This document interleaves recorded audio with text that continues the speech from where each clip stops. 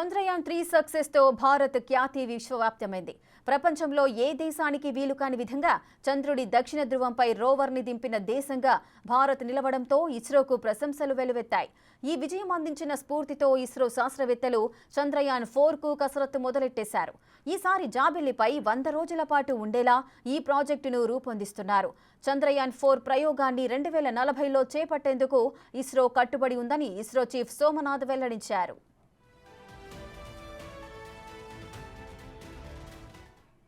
చంద్రునిపై మరిన్ని పరిశోధనలు నిర్వహించేందుకు చంద్రయాన్-4తో సాధ్యమవుతుందని ఇస్రో చీఫ్ సోమనాథ్ తెలిపారు.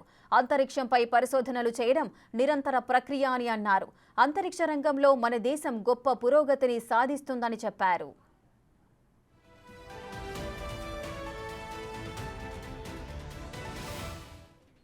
చంద్రయాన్ సిరీస్లో చంద్రయాన్-4 ప్రయోగం చాలా కీలకమైందని, భిన్నమైనదని సోమనాథ్ వెల్లడించారు. ఈ ప్రయోగంలో భాగంగా చంద్రునిపైకి ల్యాండర్ని పంపించి సుదీర్ఘ పరిశోధనల అనంతరం తిరిగి భూమి మీదకు తీసుకురానున్నట్లు తెలియజేశారు. ఈ మిషన్లో భాగంగా జాబిల్లిపై ఉండే మట్టి రాళ్లను భూమి మీదకు తీసుకురావాలని భావిస్తున్నట్లు సోమనాథ్ తెలిపారు. కిలోమీటర్ పరిధిలో ల్యాండర్ తిరిగేలా రూపొందించనున్నట్లుగా చెప్పారు.